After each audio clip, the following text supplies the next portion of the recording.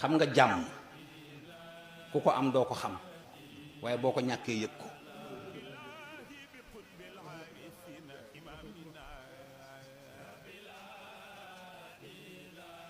gis nga wér ku ko am doo ko xam waaye boo tëddee yëg ko.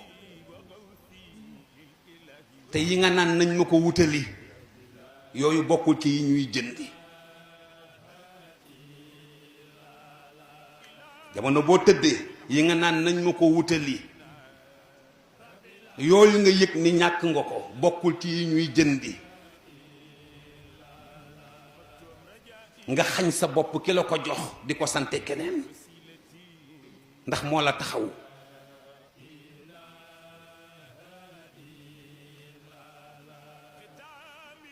Seydul Xaaji Malik nee na am na ñoo xam ni jeexal nañu seen rëccu foofu la tollu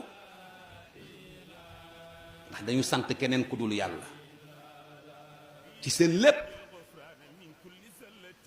te yàlla ci waxin humilité am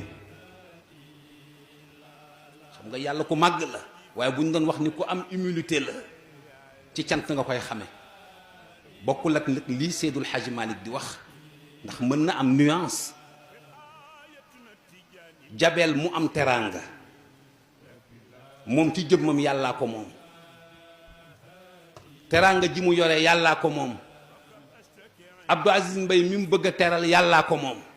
waaw ñetti alal yooyu yépp bu dajee ci loxo kenn jabel teral Abdou Aziz mu yëkkati kàddu cant jëme ko ci moom yàlla ne ko déet jëme ko ci yàlla sunu borom ne ko déedéet def ma deuxième position te njëkke ci jabel ba noppi.